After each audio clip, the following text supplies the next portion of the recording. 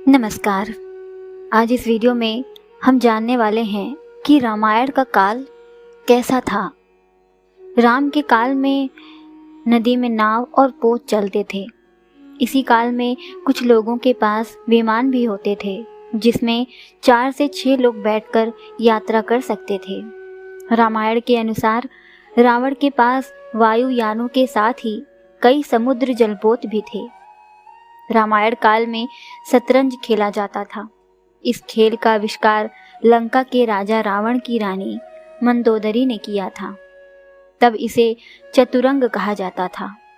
यह भी कहा जाता है कि राम के काल में पतंग भी उड़ाई जाती थी।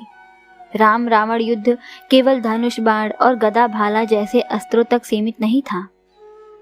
कहते हैं कि युद्ध के दौरान राम सेना पर सद्धासुर ने ऐसा विकट अस्त्र छोड़ा जिससे सुवेल पर्वत की चोटी को सागर में गिराते हुए सीधे दक्षिण भारत के गिरी को भी समुद्र में गिरा दिया था। सद्धासुर का अंत करने के लिए बिजली के आविष्कारक मुनि अगस्त्य ने सद्धासुर के ऊपर ब्रह्मास्त्र छुड़वाया था, जिससे सद्धासुर और अनेक सैनिक तो मारे ही गए, लंका के शिव मंदिर भी विस्फोट के साथ ढहकर समुद्र में गिर गए थे। इसी तरह उस काल में दूरबीन भी होता था। राम को अग्निवेश ने एक विशिष्ट कांच दिया था जो संभवतः दूरबीन था। इसी दूरबीन से राम ने लंका के द्वार पर लगे दारुपंच अस्त्र को देखा और प्रक्षेपास्त्र छोड़कर नष्ट कर दिया था। राम और रावण की सेनाओं के पास भुसुंडियां यानी कि बंदूकें भी हुआ करती थी। कुछ सैनिकों के पास स्वचालित भुसुंडियां भी थीं। अगस्त्य ने राम के हितार्थ शंकर से अजगव धनुष मांगा था। इस धनु की व्याख्या करते हुए श्री शाही लंकेश्वर में लिखते हैं, चाप अभी बंदूक के घोड़े के लिए उपयोग में लाया जाता है। चाप ट्रिगर का ही पर्यायवाची होकर अजगव धनुष है। पिनाक धनुष में ये सब अनेक पहियों वाले गाड़ी पर रखे जाते थे।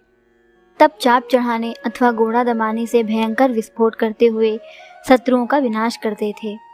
इसके अलावा दूरभाष की तरह इस युग में दूर नियंत्रण यंत्र था जिसे मधुमक्खी कहा जाता था। विभीषण को लंका से निष्कासित कर दिया था। तब वह लंका से प्रयाण करते समय मधुमक्खी और दर्पण यंत्रों के अलावा अपने 4 विश्वसनीय मंत्री अनल, पनस, संपाति और प्रभाती को भी राम की शरण में ले गए थे। राम के काल में सभी लोग बहुत ही नैतिक और सभ्य थे।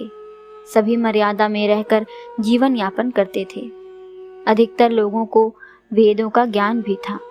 आपको यह जानकर आश्चर्य होगा कि रामायण काल के 3 लोग आज भी जिंदा हैं।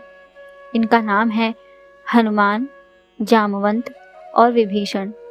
इनके काल के पूर्व के 2 लोग भी आज तक जिंदा हैं। उनके नाम हैं विरोचन पुत्र महाबली और जमदग्नि के पुत्र परशुराम। पहले रामायण 6 कांडों की होती थी। उसमें उत्तरकांड नहीं होता था। फिर बौद्ध काल में उसमें राम और सीता के बारे में सच झूठ लिखकर उत्तरकांड जोड़ दिया गया। उस काल से ही इस कांड पर विद्वानों ने घोर विरोध जताया था।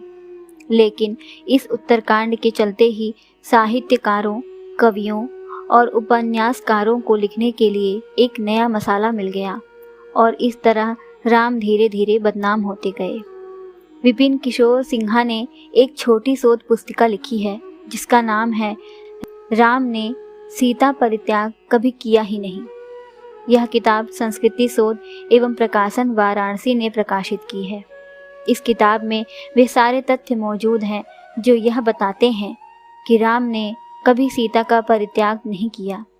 राम कथा पर सबसे प्रामाणिक शोध करने वाले फादर कामिल बुल्के का स्पष्ट मत है कि वाल्मीकि रामायण का उत्तरकांड मूल रामायण से बहुत बाद की पूर्णता प्रक्षिप्त रचना है।